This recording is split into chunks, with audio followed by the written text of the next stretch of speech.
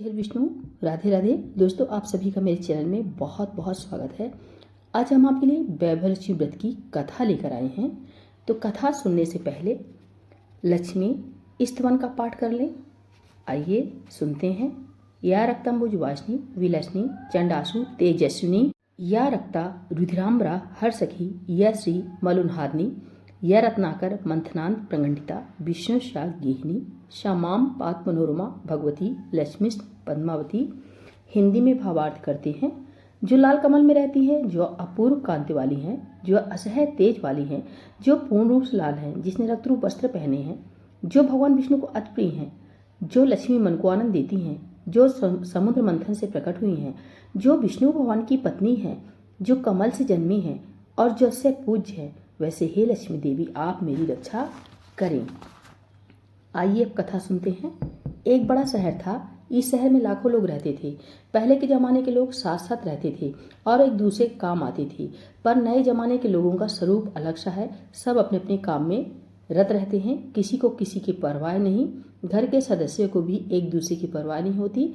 भजन कीर्तन भक्ति भाव दया माया परोपकार जैसे संस्कार कम हो गए हैं। शहर में बुराइयां बढ़ गई थी। शराब जुआरेस व्यभिचार चोरी डकैती वगैरह बहुत से गुनाह शहर में होते थे। कहावत है कि हजारों निराशा में एक अमर आशा छिपी हुई होती है। इसी तरह इतनी सारी बुराइयों के बावजूद शहर में कुछ अच्छे लोग रहते थे। ऐसे अच्छे लोगों में शीला और उनके पति की गृहस्थी अच्छी मानी जाती थी। शीला धार्मिक प्रकृति की और संतोषी थी। उनका पति भी विवेकी और सुशील था। शीला और उनका पति ईमानदारी से जीते थे। वे किसी की बुराई नहीं करते थे और प्रभु भजन में अच्छी तरह समय व्यतीत कर रहे थे। उनकी गृहस्थी आदर्श गृहस्थी थी और शहर के लोग उनकी गृहस्थी की सराहना करते थे। शीला की गृहस्थी इसी तरह खुशी खुशी चल रही थी। पर कहा जाता है कि कर्म की गति अकल है। विधाता के लिखे लेख कोई नहीं समझ सकता। इंसान का नसीब पल भर में राजा को रंग बना देता है, रंग को राजा। शीला के पति की अगले जन्म के कर्म भोगने के बाकी रह गए होंगे। वह बुरे लोगों से दोस्ती कर बैठा। वह जल्द से जल्द करोड़पति होने के ख्वाब देखने लगा। इसलिए वह गलत रास्ते पर चढ़ गया और करोड़पति की बजाय रोडपति बन गया। शीला दोस्तों के साथ उसे भी शराब की आदत हो गई। जल्द से जल्द पैसे वाला बनने की लालच में दोस्तों के साथ रेस जुआ भी खेलने लगा।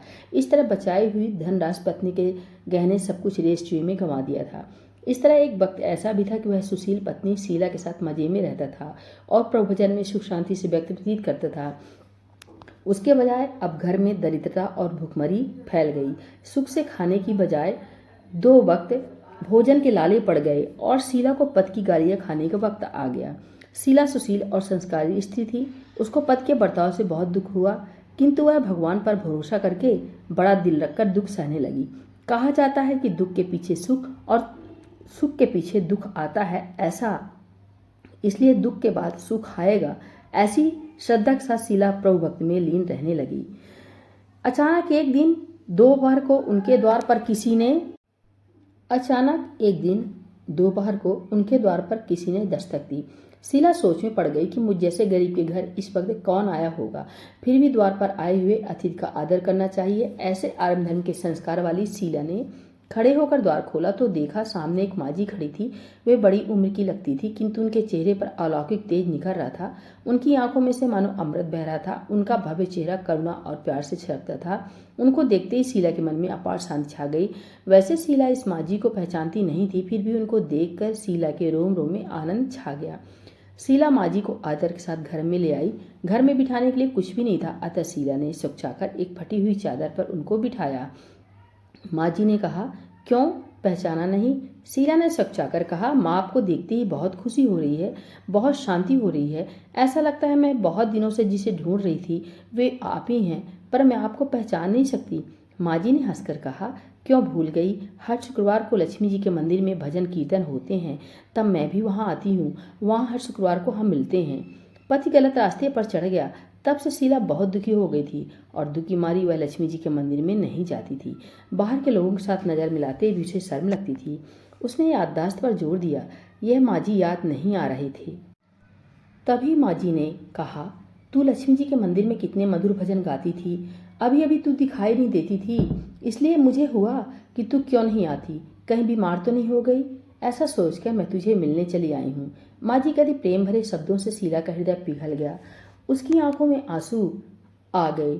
माँ जी के सामने वह बिलख बिलख कर रोने लगी। यह देखकर माँ जी शीला के नजदीक सरके और उसकी सिसकती पीठ पर प्यार भरा हाथ फेरकर सांत्वना देने लगी। माँ जी ने कहा, बेटी, सुख और दुख तो धूप और छांव जैसे होते हैं। सुख के पीछे दुख आता है तो दुख के पीछे सुख भी आता है। धैर्य रखो बेटी, और तुझे क्या परेशानी है? तेरे दुख की बात मुझे सुना, तेरा मन भी हल्का हो जाएगा और तेरे दुख का कोई उपाय भी मिल जाएगा। माँ जी की बात सुनकर शीला के मन को शांति मिली। उसने माँ जी को कहा, माँ, मेरी गृहस्थी में भरपूर सुख और खुशियाँ थी। मेरे पति भी सुशील थे। भगवान की कृपा से पैसे की बात में हमें संतोष था। हम शांति से गृहस्थी चलाते, ईश्वर भक्ति में अपना वक्त व्यतीत करते थे। एकाएक हमारा भाग्य हमसे रूठ गया।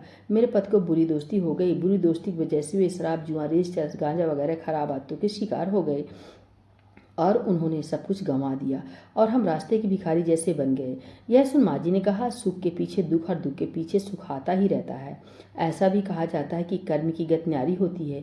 हर इंसान को अपने कर्म भुगतने पड़ते हैं, इसलिए तुम चिंता मत कर। अब तू कर्म भुगत चुकी है, अब तुम्हारे सुख के दिन अवश्य आएंगे। तू तो माँ लक्ष्मी जी की भक्त है। माँ लक्ष्मी जी तो प्रेम और करुणा के अवतार हैं। वे अपने भक्तों पर हमेशा ममता रखती हैं। इसलिए तू धैर्य रख के माँ लक्ष्मी जी का व्रत कर, इससे सब कुछ ठीक हो जाएगा। माँ लक्ष्मी जी का व्रत करने की बात सुनकर शीला के चेहरे पर चमक आ गई। उसने पूछा, माँ लक्ष्मी जी का व्रत कैसे किया जाता है, वह मुझे समझाइए, मैं यह व्रत अवश्य करूंगी। माँ जी ने कहा, बेटी, माँ लक्ष्मी जी का व्रत बहुत सरल है। उसे वरलक्ष्मी व्रत या वैभव लक्ष्मी व्रत कहा जाता है। यह व्रत करने वाले की सब मनोकामना पूर्ण होती है। यह सुख, संपत्ति और यश प्राप्त करता है। ऐसा कह माँ जी वैभव लक्ष्मी व्रत की विधि कहने लगी। बेटी, वैभव लक्ष्मी व्रत वैसे तो सीधा साधा व्रत है, किंतु कई लोग यह व्रत गलत तरीके से करते हैं, अतः उसका फल नहीं मिलता। कई लोग कहते हैं कि सोने के गहने की हल्दी कुमकुम से पूजा करो, बस व्रत हो गया, पर ऐसा नहीं है। कोई भी व्रत शास्त्रीय विधिपूर्वक करना चाहिए, तभी उसका फल मिलता है। सिर्फ सोने के गहने की पूजा करने से फल मिल जाता तो आज सभी लखपति बन गए होती। सच्ची बात यह है कि सोने के गहनों का विधिपूर्वक पूजन करना चाहिए। व्रत की उद्यापन विधि भी शास्त्रीय विधि मुताबिक करनी चाहिए, तभी यह वैभव लक्ष्मी व्रत फल देता है। यह व्रत शुक्रवार को करना चाहिए। सुबह में स्नान करके स्वच्छ कपड़े पहनो और सारा दिन मन में जय माँ लक्ष्मी का रटन करते रहो। किसी की चुगली नहीं करनी चाहिए। शाम को पूरब दिशा में मुख रख सकें, इसी तरह आसन पर बैठ जाओ। सामने पाटा रखकर उसके ऊपर रुमाल रखो। रुमाल पर चावल का छोटा सा ढेर करो। उस ढेर पर पानी से भरा तांबे का कलश रखकर कलश पर एक कटोरी रखो। उस कटोरी में एक सोने का गहना रखो। सोने का ना हो तो चांदी का चलेगा, चांदी का ना हो तो नगद रुपया भी चलेगा।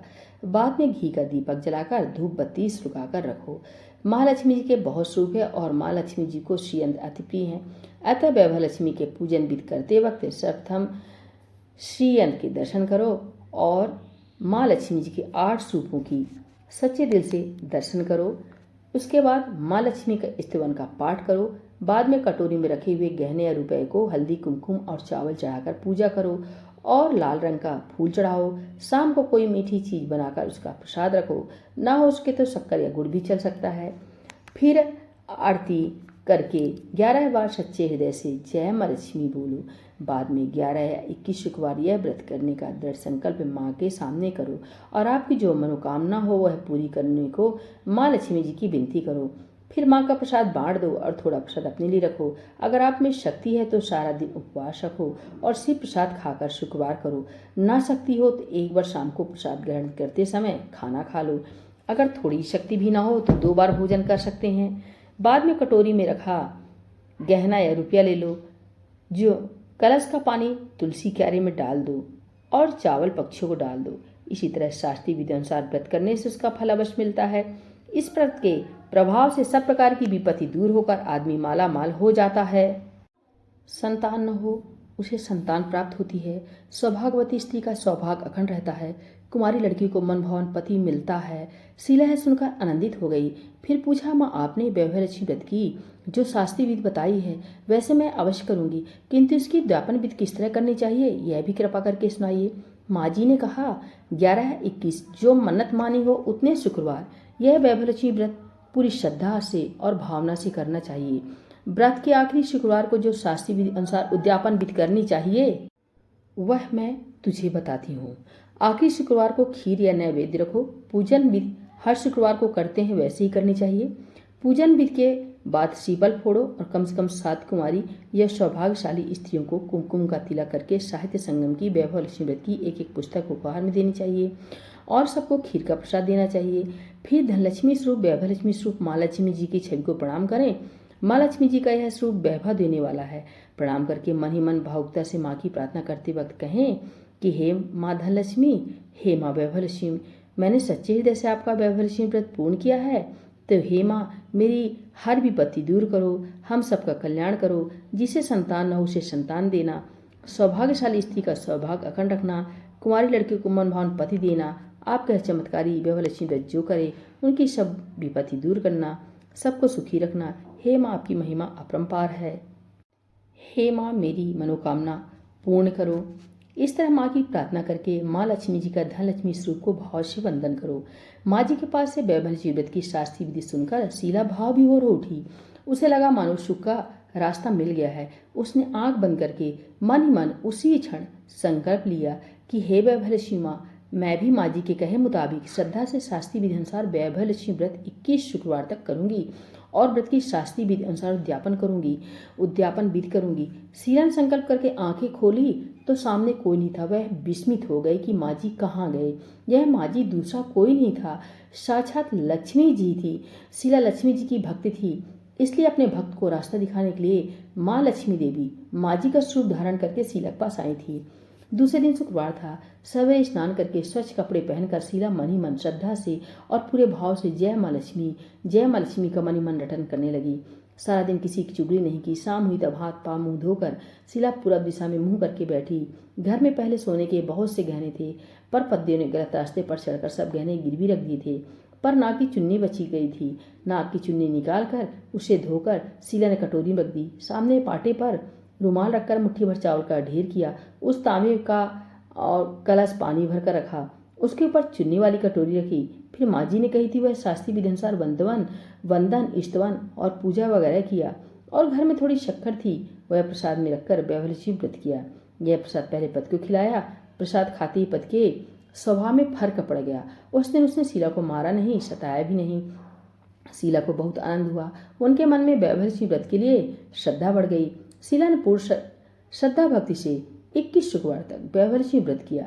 21वें शुक्रवार को माँ जी के कहे मुताबिक उद्यापन विधि करके 7 स्त्रियों को वैभव लक्ष्मी व्रत की 7 पुस्तकें उपहार में दी। फिर माता जी के धनलक्ष्मी स्वरूप की छवि को वंदन करके भाव से मन ही मन प्रार्थना करके कहने लगी, हे माँ धनलक्ष्मी, मैंने आपका वैभव लक्ष्मी व्रत करने की मन्नत मानी थी, वह व्रत आज पूर्ण किया है। हे माँ मेरी हर विपत्ति दूर करो, हमारा सबका कल्याण करो, जिसे संतान न हो उसे संतान देना, सौभाग्यवती स्त्री का सौभाग्य अखंड रखना, यह चमत्कारी वैभव लक्ष्मी व्रत जो करे उनकी सब विपत्ति दूर करना, सबको सुखी करना। हे माँ आपकी महिमा अपरंपार है। ऐसा बोलकर लक्ष्मी जी के धनलक्ष्मी स्वरूप की छवि को प्रणाम किया। इस तरह शास्त्रीय विधि पूर्वक शीला ने श्रद्धा से व्रत किया और तुरंत उसे फल मिला। उसका पति गलत रास्ते पर चला गया, वह अच्छा आदमी हो गया और कड़ी मेहनत करके व्यवसाय करने लगा। माँ लक्ष्मी जी के वैभव लक्ष्मी व्रत के प्रभाव से उसको ज्यादा मुनाफा होने लगा। उसने तुरंत शीला के गिरवी रखे गहने छुड़ा लिए। घर में धन की बारिश आ गई। घर में पहले जैसे सुख शांति छा गई। वैभव लक्ष्मी व्रत का प्रभाव देखकर मोहल्ले की दूसरी स्त्रियां भी शास्त्रीय विधि पूर्वक वैभव लक्ष्मी व्रत करने लगी। हे माँ धनलक्ष्मी, आप जैसे शीला पर प्रसन्न हुई, उसी तरह आपका व्रत करने वाले सब पर प्रसन्न होना, सबको सुख शांति देना। जय धनलक्ष्मी माँ, जय वैभव लक्ष्मी माँ। तो भक्तों, अगर ये कथा अच्छी लगी हो प्लीज़ लाइक, चैनल को सब्सक्राइब जरूर करें। नमस्कार।